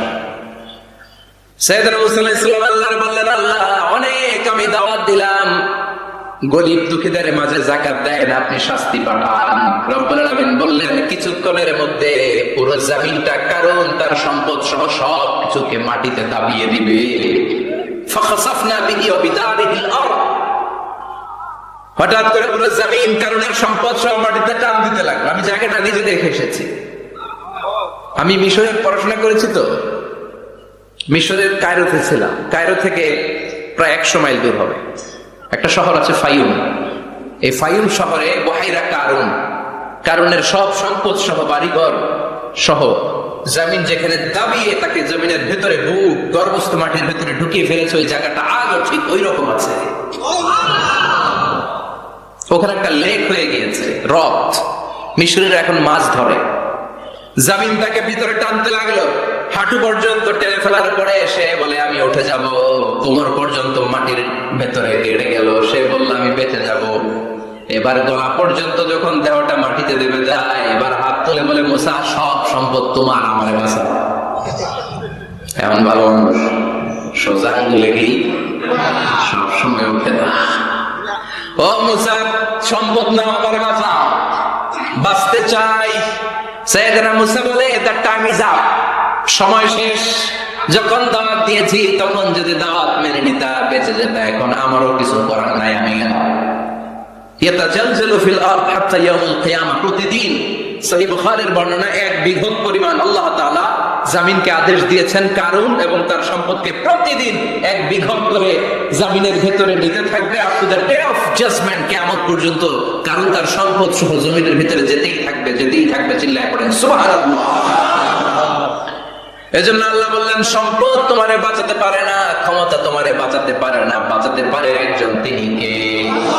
আল্লাহকুমুত তাকাসুরু হাত্তা যুরতুমুল মাকাবির, দুনিয়ার সম্পদের লোভে পড়ে আখিরাতকে তোমরা বেমালুম ভুলে গিয়েছো। এই গাফলতি তোমাদের থামবে না যতক্ষণ না তোমরা কবরে ঢুকবা। কার কথা? আল্লাহ। এজন্য যাকাত দেওয়ার দরকার আছে না নাই? এলাকায় তো এসে গল্প শুনলাম, অনেক বিজনেস ম্যাগনেট আছে, আশা করি তারা যাকাতও দেয়, ঠিক কিনা? আপনাদের মধ্যে থেকে যারা ধনী আছে তাদেরকে বলছেন যে যাকাত না দিলে কারণের মতো পরিণতি করে দিতে পারে কে? সম্পদগুলো কিয়ামতের দিন পেঁচাতে পেঁচাতে কোমর পর্যন্ত পেঁচাবে, আবার পেঁচাতে পেঁচাতে গলা পর্যন্ত পেঁচিয়ে ছোবল দিয়ে বলবে, আনা মালুক আনা কানসুক, আনা মালুক, আমি তোর মাল, আমি তোর সম্পদ, আনা কানসুক, আমি তোর ব্যাংক ব্যালেন্স, আমার এক একটা ছোবলের চোটে পুরো দেহটা 70 গজ জমিনের ভেতরে চলে যাবে। এজন্য আল্লাহ বললেন, আল্লাহকুমুত তাকাসুরু হাত্তা যুরতুমুল মাকাবির, দুনিয়ার প্রাচুর্যতা তোমাদেরকে মোহাচ্ছন্ন করেছে। আমরা মুখের মধ্যে পড়ে আছি, ঠিক কিনা? আমাদের চলাফেরা, কথাবার্তা, লাইফস্টাইল দেখলে মনেই হয় না যে আমরা মরব, মনে হয় যে 1000 বছর রাজত্ব করতে আমরা এসেছি, কেউ আমাদেরকে থামাতে পারবে না, কোনদিন আমাদের মরণ হবে না। চিল্লায় বলেন ঠিক কিনা? এই দুনিয়াটা আসল জীবন না, আসল জীবন কবরের জীবন। এই দুনিয়ার দৃষ্টান্ত আল্লাহর কাছে হলো 4টা স্বর্ণের টুকরার মতো, 3টা লাশের মতো। স্বর্ণের টুকরা কয়টা? লাশ কয়টা? বনি ইসরাইলের জামানাতে 3 জন যুবক কর্মের সন্ধানে, কাজের সন্ধানে বেরিয়েছিল। হঠাৎ করে তারা গুপ্তধন পেয়ে যায়। গুপ্তধনে তারা পেয়েছে 4টা বড় বড় স্বর্ণের টুকরা। কয়টা? মহা খুশি, খুশিতে বাকবাকুম। চিন্তা করলাম, আমরা আজীবন খেয়ে পড়ে চলে যেতে পারবো, কিছুই করা লাগবে না। 3 জন মিলে স্বর্ণ নিয়ে বসে প্ল্যান করলো, ভাগ বটোয়ারা করার আগে একজন বাজার থেকে রুটি কিনে নিয়ে আয়, আগে পেট ভরে খেয়ে নেই, তারপরে ভাগ বটোয়ারা। একজন রুটি আনতে গিয়েছে, ওই 2 জন ভাবতে শুরু করলো, যেটা রুটি আনতে পাঠাইছে ওইটা যদি মারা দিতে পারি তাহলে ভাগাভাগি আর কোনো কাম নাই। স্বর্ণ কয়টা? তুই নিবি 2টা, আমি দেব 2টা। আর যে রুটি কিনতে গিয়েছে সে মনে মনে ভেবেছে রুটির মধ্যে বিষ মাখিয়ে নিয়েছে। কি মাখিয়ে নিয়ে যায়? ওই 2টা বিষ খাইয়া ঠুস। সব যে চিন্তা ওই কাজ। রুটির মধ্যে বিষ মাখিয়ে নিয়ে এসেছে, দুই বন্ধু ওইটারে ধরে আঘাত করতে করতে দুনিয়া থেকে বিদায় করে দিয়েছে। এবার দুইটা বলে এটারে মারতে অনেক কষ্ট হয়েছে, আগে খাইয়া লই। এরপরে তুই দুইটা, আমি দুইটা। এবার বিষ মাখানো রুটি খেয়ে ওরাও শেষ। আহা, আল্লাহু আকবার। 4টা স্বর্ণের টুকরা পড়ে আছে, 3টা লাশ পড়ে আছে। মাসালু হায়াতুদ দুনিয়া, এটা দুনিয়ার জীবনের দৃষ্টান্ত। এজন্য মানুষের স্বভাব হলো আরো চাই, আরো চাই। বিষ্ণু বললেন লাউ লিকুল্লি ইবনি আদম ওয়াদিয়াম মিন যাহাব, আল্লাহ বনি আদমের সবাইকে যদি এক একটা স্বর্ণের পাহাড়ের মালিক বানিয়ে দেয়, আহাব্বা আন ইয়াকুনা লাহু ওয়াদিয়ান, সে চাইবে কেমন করে আরেকটা স্বর্ণের পাহাড়ের মালিক পাওয়া যায়। ও মিয়া, আমার যদি একটা স্বর্ণের পাহাড়ের মালিক বানায় দেয়, আমার 14 পুরুষ সে স্বর্ণের পাহাড় বেচে খেয়ে শেষ করতে পারবো? আরেকটা দিয়ে আমি কি করবো? সবাইকে যদি এক একটা স্বর্ণের পাহাড়ের মালিক বানিয়ে দেওয়া হয়, তারপরে প্রত্যেকে চাইবে কেমন করে আরেকটা পাহাড়ের মালিক হওয়া যায়। কারণ ওই যে খাই খাই, আরো লাগবে, আরো লাগবে। কবরের মাটি ওর মুখে ঢোকার আগ পর্যন্ত ওর এই খাই খাই স্বভাবের বন্ধ হবে না। চিৎকার করে বলেন ঠিক না? এজন্য আল্লাহ বললেন কবরে না ঢুকলে তোমাদের আকাঙ্ক্ষা থামবে না, লোভ লালসা বন্ধ হবে না। হাত্তা যুরতুমুল মাকাবির, কবরে তোমাদেরকে যেতেই হবে, মরতে তোমাদেরকে হবে। এই পৃথিবীতে কেউ থাকার জন্য আসে নাই, জোরে বলেন ঠিক কি না? মরতেই হবে, যেতেই হবে, চলে যেতেই হবে। এজন্য বিষ্ণু বলতেন আকসিরু যিকরা হাযিহিল লাযাত, জীবনের সব স্বাদ আল্লাহকে নিঃস্বাদ করে দেয়, পাংশা করে দেয়। ওই মৃত্যুর কথা বেশি বেশি স্মরণ করবা। জীবনের স্বাদ আল্লাহ সব কিছুকে পাংশা করে দেয়। কোন জিনিস? মরণ। চিল্লায় বলেন কোন জিনিস? আরো জোরে বলেন কোন জিনিস? সুনিশ্চিত যেতেই হবে। কোন সন্দেহ আছে? কথা বলেন, সন্দেহ আছে তার উপর? The most certain thing in our life is death. And the most uncertain thing in our life is the time of death. আমাদের জীবনের সবচেয়ে সুনিশ্চিত বিষয় হচ্ছে আমাদের মরণ, মরতে হবে। কিন্তু সবচেয়ে অনিশ্চিত বিষয় হচ্ছে মরণের সময়। কখন মরবো এটা আমরা কেউ জানি না, কিন্তু মরবো যে এটা আমরা সবাই জানি। চিল্লায় বলেন ঠিক না? কেউ বেঁচে থাকতে পারবে না, সবাই চলে যাবে, সব মরে যাবে, শুধু একটা সত্তা বেঁচে থাকবে। চিল্লায় বলেন তিনি কে? কুল্লু মান আলাইহা ফানি ওয়া ইয়াবকা ওয়াজহু রাব্বিকা যুল জালালি ওয়াল ইকরাম ফাবিআইয়ি আলাই রাব্বিকুমা তুকাযযিবান। পৃথিবীর বুকে যা দেখা যায় সব মরে শেষ হয়ে যাবে, মরবে না শুধু একটা সত্তা, তিনি কে? সব মরে যাবে, সবাই মরে যাব। মালাকুল মউত সবার রূহ কবজ করে ফেলবে। আল্লাহ বলবে আখবিরনি মাইয়াব্বা, হে মৃত্যুর ফেরেশতা কি করছো? কই সব মারছি। সবাইরে মারছো? সব শেষ। কে বাকি? জিনেরা বাকি, জিনদের মারো। সবগুলো জিন শেষ করা হবে, বাকি থাকবে ইবলিস। আল্লাহ বলবেন সবাইকে যেই কষ্ট দিয়ে ইন্তেকাল করিয়েছো, সবগুলো কষ্ট একত্রিত করে ইবলিসটারে তুমি মারো। সবচেয়ে কষ্ট দিয়ে নির্মম ভাবে ইবলিসকেও শেষ করা হবে। আল্লাহ বলবেন আখবিরনি মাইয়াবকা, ও মালাকুল মউত এবার বলো আর কে বেঁচে আছে? মালাকুল মউত বলবে আল্লাহ কেউ নাই, কেউ নাই, সব শেষ। মানুষ শেষ, প্রাণীগুলো শেষ, পাখিগুলো শেষ, সাগরের মাছগুলো শেষ, আপনার কথা মতো জিনগুলাও। এবার আছে শুধু ফেরেশতারা। কারা? কথা বলেন। আল্লাহ বলবেন ফেরেশতাদেরও মারো। শুরু হবে ফেরেশতা নিধন। একের পর এক সব ফেরেশতার রূহ কবজ করা হবে। এবার আল্লাহ বলবে আখবিরনি ইয়া মালাকাল মাউত মাইয়াবকা, মালাকুল মউত আর কে কে বেঁচে আছে আমার একটু বলো। মালাকুল মউত বলবো সব শেষ, সব ফেরেশতাগুলোরও মেরে ফেলেছি, শুধু 4 জন আছে, জিব্রাইল, ইসরাফিল, মিকাইল, আর আমি আপনার হুকুমের গোলাম আজরাইল। আল্লাহ বলবে ইসরাফিলের রূহ কবজ করো। ইসরাফিলের রূহ কবজ হয়ে যাবে। মিকাইলের রূহ কবজ করো, মিকাইলের রূহ কবজ হয়ে যাবে। ইসরাফিলের রূহ কবজ করো, কবজ হয়ে যাবে। আল্লাহ বলবে আখবিরনি মান ইয়াবকা। মালাকুল মউত এবার বলো কে বেঁচে আছে? মালাকুল মউত বলবে কেউ নাই। আল্লাহ বলবে আসলেই কেউ নাই? মালাকুল মউত বলবে আছে। কে আছে? শুধু আমি আছি। ডানে বায়ে সামনে পেছনে আল্লাহ কেউ নাই, সব শেষ, শুধু আমি আছি। আল্লাহ বলবেন এবার তুই মর, মুত ইয়া মালাকুল মউত। হে মৃত্যুর ফেরেশতা, এবার তুই মর। মালাকুল মউত হিসাব আর মিলাতে পারবে না, হিসাবটা তখন উল্টে যায়। মালাকুল মউত বলবে এটা আবার কেমন কথা, আমি মরুন কেন? আমি না মারছি, আমি না মারছি, আমি মেরে সাবার করেছি সব, আমি কেন মরবো? আল্লাহ বলবেন মালাকুল মউত এটাই তো বিধান, কুল্লু নাফসিন যায়িকাতুল মাউত। দুনিয়ার প্রত্যেককেই মৃত্যুর স্বাদ নিতে হবে মালাকুল মউত। যদিও তুমি মেরেছ, সবাইকে তুমি মেরেছ, এখন তোমার মরণের পালা, এবার তুমি মরো, কারণ তোমাকেও মরতে হবে, তোমাকেও মরতে হবে। এই কথা শুনে মালাকুল মউতের গায়ে জ্বর এসে যাবে, খিঁচুনি এসে যাবে, কাঁপুনি ছুটে যাবে, কাঁপতে থাকবে মালাকুল মউত। কি ভয়ঙ্কর দৃশ্যের না জানি অবতারণা হবে সে সময়। কাঁপতে থাকবে মালাকুল মউত। আল্লাহ বলবেন কেঁপে লাভ নাই, ভয় পেয়ে লাভ নাই। জান্নাত জাহান্নামের মাঝ বরাবর একটা জায়গা আছে, ওই জায়গায় যেয়ে দাঁড়াও। মালাকুল মউত ওই জায়গার মাঝখানে যেয়ে দাঁড়াবে আর কাঁপবে। আল্লাহ চিৎকার দিয়ে বলবে মুত ইয়া মালাকুল মউত, মুত, মরে যা, মরে যা। বলার সাথে সাথে মালাকুল মউত জান্নাত এবং জাহান্নামের মাঝখানে বিকট একটা চিৎকার দিয়ে মরে লাশ হয়ে যাবে। বিশ্বনবী বলেন মালাকুল মউতের ওই দিনের চিৎকারটা এত ভয়ঙ্কর হবে, এত গগন বিদারী চিৎকার সেদিনের চিৎকারটা হবে।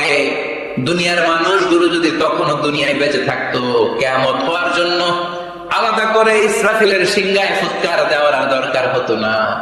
মালাকুল মউতের এই চিৎকার শুনে কানের পর্দা ফেটে দুনিয়ার সব মানুষগুলো তখনই মরে যেত।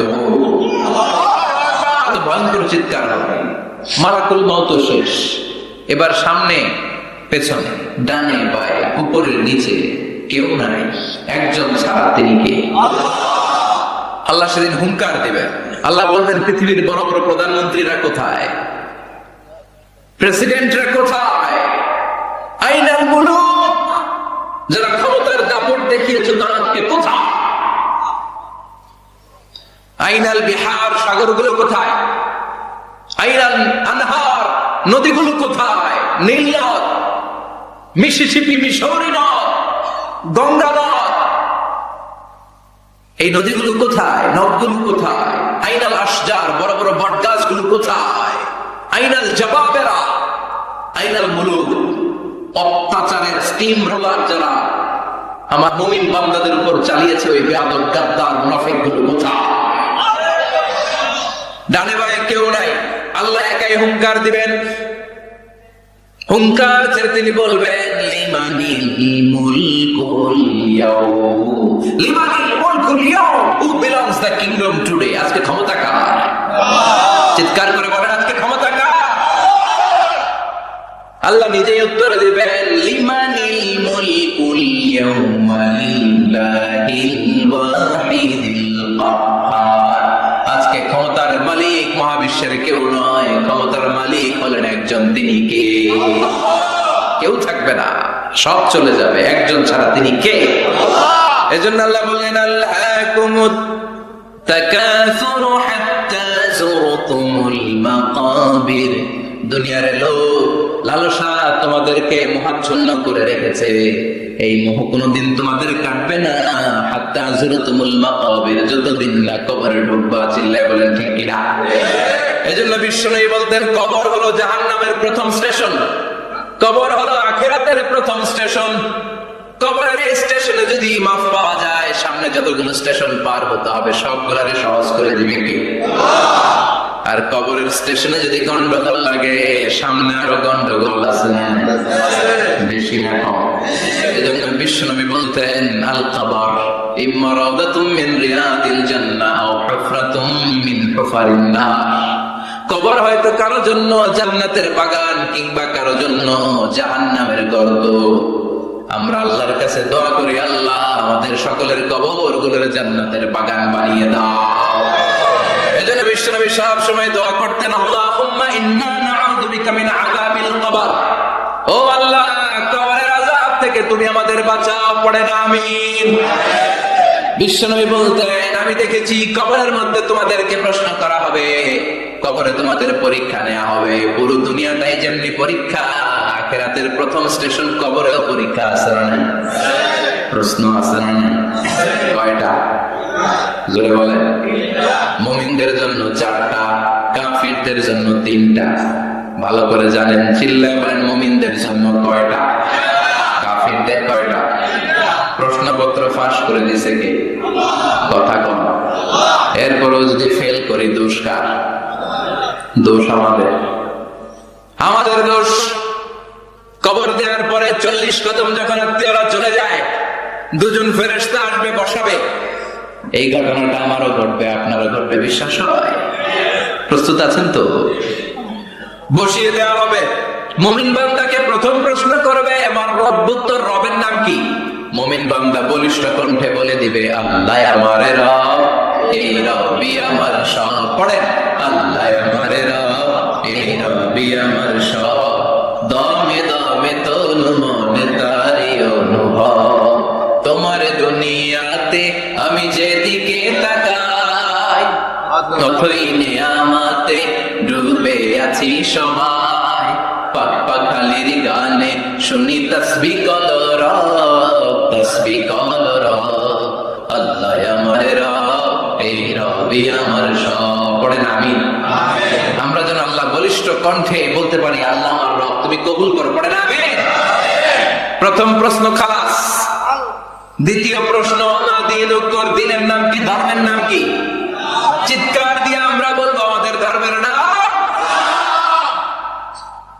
তৃতীয় প্রশ্ন করা হবে, মান হাযার রাজুল, দেখো তো এই লোকটারে চিনো কিনা, এই লোকটারে চিনা চিনা লাগে কিনা। আমরা বলবো, চিনি মানি, এই লোকের জন্য আমরা দুনিয়াতে সব করতে রাজি ছিলাম। এই লোকের জন্য আমরা দেহের প্রাণ ঢালা উচ্ছ্বাস ছিল আমাদের হৃদয়ে। আমাদের দেহের রক্তটুকু বিলিয়ে দিতে আমরা পৃথিবীর বুকে কুণ্ঠাবোধ করি নাই। চিল্লায় বলেন ঠিক কিনা? এই নবী আমাদের পেয়ারা নবী, চাঁদের চেয়েও সুন্দর তুমি, নবী আমার কামলিওয়ালা। চাঁদের চেয়ে সুন্দর তুমি, নবী আমার কামলিওয়ালা। দু জাহানের বাদশাহ তুমি, প্যারা নবী সাল্লাল্লাহু আলাইহি। দু জাহানের বাদশাহ তুমি, প্যারা নবী সাল্লাল্লাহু আলাইহি। চাঁদের চেয়ে সুন্দর তুমি, নবী আমার কামলিওয়ালা। পড়েন আল্লাহু আকবার। আমরা বলবো, এটা আমাদের কামলিওয়ালা নবী। এই নবীর অনুসরণ আমরা করেছি, এই নবীর কথা আমরা দুনিয়ায় মেনেছি। তার মানে প্রথম প্রশ্নেও পাস, দ্বিতীয় প্রশ্নেও পাস, তৃতীয় প্রশ্নেও পাস। এবার মুমিনদের জন্য এক্সট্রা একটা কোশ্চেন আছে মানে 4 নাম্বার প্রশ্নটাও জেনে রাখেন, কবরে কাজে লাগবে। তখন জিজ্ঞেস করা হবে, ওমা ইলমুক, ওমা ইলমুক, what is the source of your knowledge, what is the source of your answer. এই যে 3টা প্রশ্নের উত্তর দিতে পারলা বাঘের বাচ্চার মতো, তথ্যসূত্র কি, হোয়াট ইজ দ্য রেফারেন্স, করতে শিখছো, কোত্থেকে শিখেছেন বলে আসতে হবে। আমরা বলবো, আমরা কোরআন থেকে শিখেছি, হাদিস থেকে শিখেছি, মাহফিলগুলোতে জেনেছি, বয়ানগুলো থেকে শিখেছি। পড়েন সুবহানাল্লাহ। 4টা প্রশ্নের উত্তর যখন আপনি দিয়ে দিবেন, ফেরেশতারা বলবে, আহলান ওয়া সাহলান, কংগ্রাচুলেশন। কি বলবে? আহলান ওয়া সাহলান, মানে কংগ্রাচুলেশন, খুশ আমদেদ, খুশ আমদেদ, খুশ আমদেদ। ওয়ায়ুফসাহু লাহু কবরুহু 70 যিরান, কবরটারে 70 হাত লম্বা করে দেওয়া হবে। ওয়ায়ুফতাহু লাহু বাবুন ইলাল জান্নাহ, জান্নাতের দিকে একটা দরজা সেট করে দেয়া হবে। ওই জায়গা দিয়ে, দরজা দিয়ে জান্নাতের এয়ার কন্ডিশনের ঘরগুলো থেকে ঠান্ডা হিমেল বাতাস আর সুগন্ধে সেই কবরটারে আমোদ করে দিবে। ওয়ায়ুলবাসু মিন লিবাসিল জান্নাহ, জান্নাতের চমৎকার একটা পোশাক পরিয়ে দেয়া হবে। আর বলা হবে নাম কানাউমিল আরুস, বাসর রাতে বর যেমনি কনেকে নিয়ে আনন্দের ঘুম দেয়, তুমিও একটা ঘুম দাও। সুবহানাল্লাহ পড়ে নাম কানাউমিল আরুস,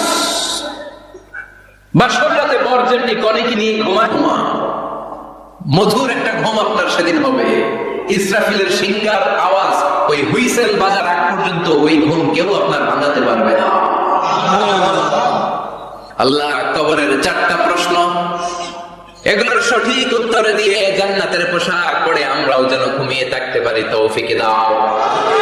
আর জোরে পড়ে না। এবার নাস্তিকদের পালা, বামপন্থীদের পালা, রামপন্থীদের পালা, ইসলাম বিরোধীদের পালা, কোরআন বিরোধীদের পালা, নবী বিরোধীদের পালা। ওদের সামনে দুজন ফেরেশতা আসবে, আসওয়াদান আজরাকান, আসওয়াদান আজরাকান, নীলাভ চোখ, কালো গাত্র বর্ণের, নীলাভ চোখ, চোখগুলো নীল, গায়ের কালার হবে কালো। তাহলে কি ভয়ঙ্কর চেহারা হবে ফেরেশতা দুজনের। এসে বলবে ওঠ, বস, মার রব, তোর রবের নাম কি? কয় জানি না। কি কয়? জানি না। লা আদরি, আমি জানি না। আমি অমুক নেতার পিছনে পিছনে ঘুরতাম, খালি এটা মনে আছে। আমি মাও সেতুংকে নেতা মানতাম, আমি কাল মার্ক্সকে নেতা মানতাম, আমি নেতা খেতাদের পিছনে ঘুরতাম। রব কি, ইসলাম কি, দিন কি, কিচ্ছু আমি জানি না। মাফ চাই, জানি না। দ্বিতীয় প্রশ্ন, অবাধের উত্তর, ধর্মের নাম কি? আমার কোন ধর্ম নাই, আমার কোন ধর্ম নাই, আমি হলাম নাস্তিক। আমি কি? কথা বলেন, আমি কি? আমি এক প্যাকেটের বিরিয়ানির সন্ধান পাইলে শাহবাগের প্রজন্ম চত্বরে জায়গা ডান্স দিতাম। এরকম ডাকাইত আছে না? আমার দিন উত্তর, ধর্ম কি? কয় জানি না, মফসাই, আমি কিচ্ছু জানি না, ধর্মটা নাই আমার, আমি নাস্তিক। ফেরেশতারা বলবো, ও তুমি নাস্তিক, দাঁড়াও, আর একটা বাকি প্রশ্ন, এরপর খেলা শুরু, ঠিক কিনা? 3 নম্বর প্রশ্ন, ওমান আহার রাজুল, লোকটাকে চিনো কিনা দেখো। নাস্তিক বলবে না, চিনি না, তবে নাম শুনেছি, ওনার বিরুদ্ধে আমি ব্লগে লিখতাম। এরকম ব্লগার আছে না নাই? ওনার পারিবারিক জীবন নিয়ে আমি মানুষের মধ্যে সন্দেহ উস্কে দিতাম। ওনার পুত পবিত্র চরিত্রের ব্যাপারে আমি দুনিয়ার মুখে মন্দ কথা বলতাম। ওনারে আমি গালি দিতাম, আমি ছিলাম ওনার বিরুদ্ধ শক্তি, ওনার পক্ষের কোন শক্তি আমি ছিলাম না, আমি সব সময় ওনার বিপক্ষে ছিলাম। ফেরেশতারা বলবে, হায় হায়, তুই তো ডবল জিরো, 100-তে কত পাইছে? কথা লা দারাইতা ওয়ালা তালাইতা, কিছুই পারলি না, তুই তো পোড়া কপাল। ফায়ুতরাকু মিন মাতালিকা মিন হাদিদ, লোহার একটা হাতুড়ি থাকবে, এক হাতুড়ির বাড়িতে মাথাটা ছিন্ন বিচ্ছিন্ন হয়ে যাবে, দেহটা জমিনের মধ্যে ঢুকে যাবে। তার চিৎকারে ওই কবরস্থানটা থারথার করে কাঁপবে, কিন্তু কেউ শুনবে না।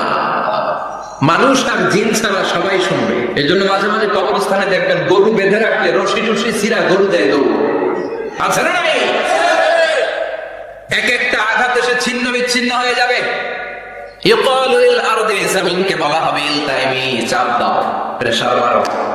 ফাতাখতালিফু আদলাউহু, দেহের এই পাঁজরগুলো, ডান দিকের পাঁজর বাম দিকে যাবে, বাম দিকের পাঁজর ডান দিকে আসবে, পুরো দেহটা পাউডার হয়ে যাবে। তার এক একটা চিৎকারে পুরো কবরস্থান থারথার করে কাঁপবে। হাত্তা সাআ, আর এই খেলা চলতে থাকবে ইসরাফিলের সিংহা পর্যন্ত।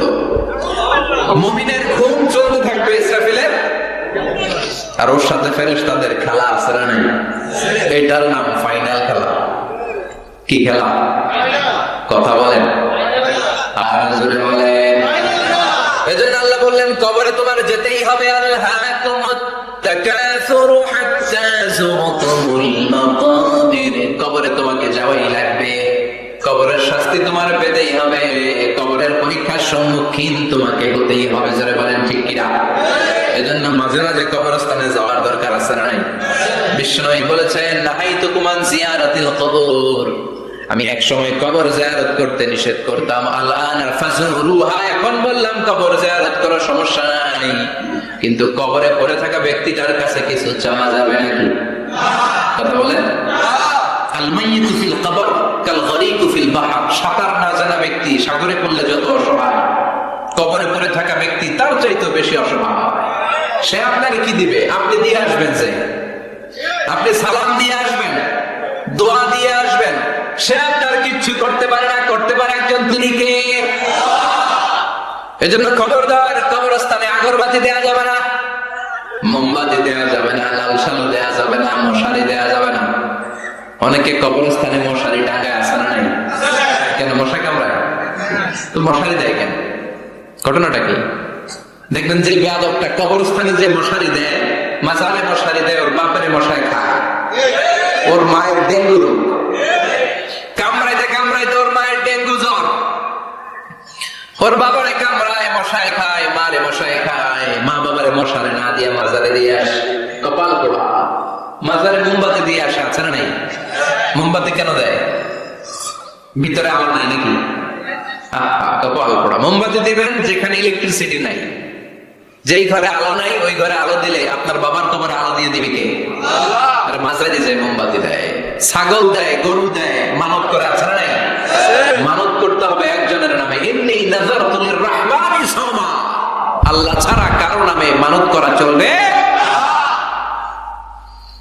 এজন্য খবরদার কবর জিয়ারত করবে এজন্য কবরে গেলে মনটা নরম করে দেয় কি বাবার কবর মাঝে মাঝে জিয়ারত করবেন কবর জিয়ারতে বাধা নাই কিন্তু কবরে পড়ে থাকা ব্যক্তির কাছে চাওয়া যাবে চাবেন কার কাছে বিশ্বনবীর কবরের সামনে যে যদি কিছু চান সৌদি আরবের পুলিশ পিটায়া মসজিদ থেকে বের করে দিবে বিশ্বনবীর কবরের সামনে হাত পাতলে হাতে বাড়ি মারে আসেন নাই দেখছেন না বলে অ্যাবাউট টার্ন পিছনে ঘুরেন কেবলা তো ওইদিকে কেবলার মালিক আল্লাহর কাছে চাও দিতে পারে তো একজন এজন্য খবরদার কবরে যে কিছু চাওয়া যায় না কবরে জিয়ারত করবেন যে সালাম দিবেন কি দিবেন আসসালামু আলাইকুম আহলাদ দিয়ার মিনাল মুমিনিন ওয়াল মুসলিমিন ওয়া ইন্না ইনশাআল্লাহু বিকুম লাহিকুন আনতুম লানা সালাফ ওয়া নাহনু লাকুম তাবা ইয়ারহামুল্লাহু আল মুস্তাকদিমিন মিন্না ওয়াল মুস্তাখিরিন নাসআলুল্লাহা লানা ওয়া লাকুমুল আফিয়া বিশ্বনবী কবর দেখলে এই লম্বা দোয়াটা পড়তেন চিল্লায় পড়েন সুবহানাল্লাহ এর মানে হলো কবরবাসীরা সালাম আল্লাহ আপনাদের উপর রহমত করুক আপনারা নিচে আমি উপরে তার মানে এই না আমি একদিন আসবো না সবার গন্তব্য একটা সেম ডেস্টিনেশন আপনারা হয়তো কিছুদিন আগে গিয়েছেন কিছুদিন পরেই আমরা আসতেছি কথা বলেন এটা মাথার মধ্যে ঢুকিয়ে দেয় কে এজন্য কবর জিয়ারতের দরকার আছে না নাই এজন্য আল্লাহ বললেন আল্লাহাকুমুত তাকাসুর হাত্তা যুরতুমুল মাকাবির দুনিয়ার ভোগের সামগ্রী তোমাদেরকে পাগল বানিয়ে দিয়েছে কবরে না ঢোকা পর্যন্ত তোমাদের এই গাফলতি কোনোদিন শেষ হবে এরপর আল্লাহ বললেন কাল্লা নেভার কখনো না তোমরা যে ভাবতেছো টাকা পয়সা ক্ষমতা তোমারে বাঁচিয়ে রাখবে পারবে নাকি কাল্লা সাউফা তা'লামুন অচিরেই জানতে পারবে আসল ঘটনা কি সুম্মা কাল্লা সাউফা তা'লামুন অচিরেই জানবা কবরের জগৎটা কত ভয়াবহ এজন্য বিশ্বনবী বলতেন প্রত্যেক নামাজি সালাম ফিরানোর আগে আল্লাহর কাছে চারটা জিনিস থেকে পানা চাবে কয়টা এক হলো কবরের আযাব দুই হলো জাহান্নামের আযাব তিন হলো দিন দুনিয়ার ফিতনা চার হলো দাজ্জালের ফিতনা বিশ্বনবী সালাম ফিরানোর আগে পড়তেন আল্লাহুম্মা ইন্না নাউযু বিকা মিন আযাবিল কবর ওয়া নাউযু বিকা মিন আযাবি জাহান্নাম ওয়া নাউযু বিকা মিন ফিতনাতিল মাহইয়া ওয়াল মামাত ওয়া নাউযু বিকা মিন ফিতনাতিল মাসীহিদ দাজ্জাল পড়াবেন এই দোয়াগুলো পড়ার দরকার আছে না নাই এরপর আল্লাহ বললেন কাল্লা লাউ তা'লামুনা ইলমাল ইয়াকিন যেদিন তুমি মৃত্যু নিজ চোখে দেখবা ওই দিন তোমার যে এক্সপেরিয়েন্স হবে ওয়াজ শুনে সেটা কোনোদিন হবে না ইয়াকিন তিন ধরনের একটা ইলমুল ইয়াকিন মরতে হবে এটা যখন জানি ইলমুল ইয়াকিন। এবার একদিন সামনে একজনের দেখলাম মরে গেছে, এটা হচ্ছে আইনুল ইয়াকিন, দেখলাম। আর যেদিন নিজে মরবো এটার বলে হাক্কুল ইয়াকিন, ঠিক কি না? এজন্য আল্লাহ বললেন গোলাম লা তারাউন্নাল জাহিম, সেদিন কবর তোমরা দেখবা, সেদিন জাহান্নামের টকবগে আগুন তোমরা দেখবা। জাহান্নামের আগুন দুনিয়ার আগুনের মতো নাকি? কথা কম। জাহান্নামের আগুনকে আল্লাহ বলেছে নারুল্লাহ, এটা আল্লাহর আগুন। কার আগুন? গ্যাসের চুলা দিয়ে আমরা ঘরে যে তরকারি পাকাই, যে আগুন দিয়ে, এই আগুন জাহান্নামের আগুন একরকম, 70 গুণ বেশি তেজ। দুনিয়ার আগুন হাতে লাগলে হাত জ্বলে, পায়ে লাগলে পা জ্বলে। জাহান্নামের আগুন দেহের যেখানেই লাগুক না, আগে কলিজাটা জ্বলে যাবে। আগে কোন জায়গাটা জ্বলবে? নারুল্লাহিল মুফাদা আল্লাতী তাত্তালিউ আলাল আফইদা, আগে কলিজাটা ছাড়খাড়। সেদিন তোমরা সেই ভয়ঙ্কর দোজখ দেখবা। সুম্মা লাতারাউন্নাহা আইনাল ইয়াকিন, চাক্ষুষ দেখবা। সুম্মা লাতুসআলুন্না ইয়াওমাইযিন আনিন নাঈম, সেদিন আল্লাহর দেয়া সবগুলো নেয়ামতের ব্যাপারে তোমাদের জিজ্ঞেস করবে কে? লাতুসআলুন্না ইয়াওমাইযিন আনিন নাঈম। বিশ্বনবী একদিন রাতের বেলা ক্ষুধার্ত, প্রচন্ড ক্ষুধা। ক্ষুধার চোটে ঘর থেকে বের হয়ে দেখে আবু বকরও বাইরে, ওমরও বাইরে। ঘটনা কি? হোয়াট এ কোইন্সিডেন্ট, কেমনে মিলে গেল? বিশ্বনবী বললেন আবু বকর বাইরে কেন? কয় নবী ক্ষুধা। ওমর তুমি তো এই টাইমে বাইরে থাকো না, বাইরে কেন? কয় ঘরে খাওয়ার নাই। বিশ্বনবীর পেটেও খাবার নাই। বিশ্বনবী বললেন চলো এক আনসারী সাহাবীর বাড়িতে যাই। যে দেখেন সাহাবী বাড়িতে নাই, ফ্যামিলির লোকদের জন্য কুয়া থেকে পানি আনতে গেছে। পানি এনে দেখে বিশ্বনবী আর আবু বকর ওমর দাঁড়ানো। সাহাবী বলে ও নবী, গভীর রাতে আপনি আমার বাড়িতে এসেছেন, আমার চেয়ে সৌভাগ্যবান এই মুহূর্তে পৃথিবীতে কেউ নাই। ও নবী কি মেহমানদারি করবো? বিশ্বনবী বললেন যা আছে তাই নিয়ে আসো। সাহাবা খেজুর বাগান থেকে খেজুরের ডাল ভেঙে আনলেন। ওই ডালের মধ্যে বিশ্বনবী কত প্রামাণ্য বর্ণনা দিচ্ছেন। বিশ্বনবী বললেন খেজুরের ডালে আছে কিছু কাঁচা খেজুর, কিছু পাকা খেজুর। আমরা তিনজন মিলে টানাটানি করে খেতে লাগলাম, ক্ষুধায় অস্থির। আমাদের সামনে ছাগল জবাই করা হলো, আগুনে ঝলসে গোশতগুলো দেয়া হলো, তিনজন মিলে ভাগ করে খেলাম। বললাম আবু বকর এতক্ষণ ক্ষুধার্ত ছিলা, ক্ষুধা দিছিল কে? এখন তোমার পেটে ক্ষুধা আছে নাকি? কয় নাই। এই নিয়ামত তোমার দিল কে? সুম্মা লাতুসআলুন্না ইয়াওমাইযিন আনিন নাঈম। বিশ্বনবী বললেন ও আবু বকর এই যে নিয়ামত এই মাত্র খেলা, এই নিয়ামতের ব্যাপারেও তোমার জিজ্ঞেস করবে কে? তাইলে প্রতিটি নিয়ামতের ব্যাপারে ইন দ্য ডে অফ জাজমেন্টে প্রশ্ন আছে না? নিয়ামত আল্লাহ আমাদেরকে কম কম দিছে, তাই না? কথা কম, কথা কম। ঠিক যেই মুহূর্তে আমরা এখন সুস্থ, অসুস্থ হয়ে হসপিটালে পড়ে আছে না নাই? মৃত্যুর সাথে কঠিন পরিস্থিতিতে পড়ে আছে, এরকম আছে না নাই? এজন্য আল্লাহ বললেন ওয়া ইন তাউদ্দু নি'মাতাল্লাহি লা তুহসুহা, এত নিয়ামত দিয়েছি গুণে শেষ করা যাবে না। কিয়ামতের দিন এই নিয়ামতগুলোর ব্যাপারে পাই টু পাই আমাদের কাছে হিসাব চাইবে কে? কথা কোন? 5টা বিষয়ের হিসাব চাইবে। নাম্বার 1 আন হায়াতিহি ফিমা আফনা, তোমার জীবনটাকে তুমি কোন কাজে লাগিয়েছো? এটা হচ্ছে কমন কোশ্চেন। কবরের প্রশ্ন আমাদের 4টা, আর কিয়ামতের ময়দানে কয়টা? কথা কম। নাম্বার 1 জীবন দিয়েছে, জীবন কোন কাজে লাগিয়েছো? নাম্বার 2 জীবনে যে যৌবন আছে, যৌবনটারে কোন কাজে লাগিয়েছো? ঠিক কি না? যৌবনের ইবাদত আল্লাহর কাছে বড় প্রিয়। যুবক যারা নামাজ পড়ে, বুড়ো হলে নামাজ পড়তে না পারলেও আমল নামায় নামাজের সওয়াব দিবে কে? সুবহানাল্লাহ বলেন না? পেনশন স্কিম, এটা কি বলে? After service appreciation. 30 বছর গভর্নমেন্ট জব করার পরে বয়স হচ্ছে 60, আর করতে পারেন না, তখন একটা বান্ডেল, এক বান্ডেল টাকা আপনারা দিয়ে দিবে। পেনশন স্কিম, জাতিকে সার্ভ দিয়েছেন, এখন পারেন না, তারপরও টাকা আছে না? এটাকে বলে আফটার সার্ভিস অ্যাপ্রিসিয়েশন। এত সার্ভিস দিয়েছেন, অ্যাপ্রিসিয়েশন। এজন্য যুবক যারা এখন নামাজ পড়াও ইসলামের পক্ষে থাকো, বুড়ো বয়সে কোমরে ব্যথার কারণে নামাজ পড়তে না পারলেও পেনশনের মতো আমল নামায় সওয়াব দিবে কি?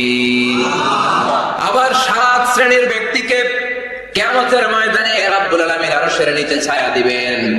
ওই 7 শ্রেণীর মধ্যে যুবক শ্রেণী একটা আছে, যে যুবক তার যৌবনে আল্লাহর ইবাদত করেছে। পড়েন সুবহানাল্লাহ। যৌবনটা আল্লাহর ইবাদতে কাটিয়েছে, তার জন্য স্পেশাল আল্লাহর আরশের নিচে ছায়া আছে না? এই 7 শ্রেণীর মধ্যে 2 শ্রেণীর যুবক। একটা হচ্ছে যে যুবক বয়সে ইবাদত করেছে, আরেকটা হচ্ছে যে যুবক কোন মেয়ের সাথে পাপ কাজের অফার পেয়েও বলেছে ইন্নী আখাফুল্লাহ, নিশ্চয় আমি ভয় পাই একজনকে, তিনি কে? চিল্লায় বলেন কে? যাদের হৃদয়ে আছে আল্লাহর ভয়, তার কবু পথ ভুলে যায় না। আল্লাহর প্রেম ছাড়া এই দুনিয়ায় কারো কাছে কোনো কিছু চাই না। রাতের আধারে যারা সেজদাতে রয়, দু চোখের শ্রুতে নদী যেন বয়। ছলনার হাতছানি যতই ডাকুক, পেছনে ফিরেও সে তাকায় না। যাদের হৃদয়ে আছে আল্লাহর ভয়, তারা কবু পথ ভুলে যায় না। ঠিক কিনা? আল্লাহর ভয় অন্তরে থাকার দরকার আছে না নাই? এজন্য এই 5টা প্রশ্নের উত্তর না দিয়ে কোন বনি আদম কিয়ামতের দিন পা নাড়াতে পারবে? আল্লাহ আমরা যেন প্রশ্নগুলোর উত্তর সঠিকভাবে দিতে পারি, তুমি তৌফিক দাও। এজন্য দুনিয়ার মোহে পড়ে থাকা যাবে না, কবরের চিন্তা থাকার দরকার আছে না নাই? কবর নিয়ে ভাবতে হবে। কবর is a reminder for every মুসলিম। এই কবর গ্রেভইয়ার্ড, কবরস্থানগুলো আমাদের জন্য রিমাইন্ডার। প্রতিদিন অ্যানাউন্স হয় অমুক এলাকার অমুক ভাই আমাদের মধ্যে দুনিয়ায় নাই, তারপরে আমাদের টনক নড়ে না। ঠিক কিনা? এজন্য আল্লাহ বলেছেন আল্লাহকুমুত তাকাসুর, তোদের টনক নড়বে না হাত্তা যুরতুমুল মাকাবির, যতদিন না তোমরা কবরের ভেতরে না ঢুকবে। আমরা যেন কবরের প্রশ্নের জন্য প্রস্তুতি নিতে পারি, কবরের জন্য প্রিপেয়ার থাকতে পারি। আল্লাহ তুমি তৌফিক দাও। আরো জোরে বলেন আমিন। আখিরাতের প্রশ্নগুলো যেন আমরা সুন্দর করে উত্তর করে জান্নাতের অধিকারী হতে পারি। আল্লাহ তুমি তৌফিক দাও। আরো জোরে বলেন আমিন। যতগুলো কথা বললাম কোরআন সুন্নাহর আলোকে বলেছি, বানিয়ে কিছু বলি নাই। তারপরে আমার মনের অজান্তে কোনো মিস ইনফরমেশন যদি আমার মুখ ফসকে বেরিয়ে যায়, সেগুলো যেন আল্লাহ তাআলা আমাদের স্মৃতিপট থেকে মুছে দেয়। আমরা বলি আমিন। সত্য, সুন্দর, কল্যাণকর, হকের পক্ষে যা বলেছি তার সবটুকু প্রথমে আল্লাহ তাআলা আমাকে এবং আপনাদের সবাইকে আমলের তৌফিক দান করুক। আমরা বলি আমিন। শীতকালে রাত 12টা তো মানে অর্ধেক রাত শেষ। এত রাত পর্যন্ত আপনারা বসেছিলেন। আল্লাহ আজকের এই মাহফিলটা তুমি আমাদের নাজাতের ওসিলা বানাও। যা শুনলাম যেন আমল করতে পারি তৌফিক দাও।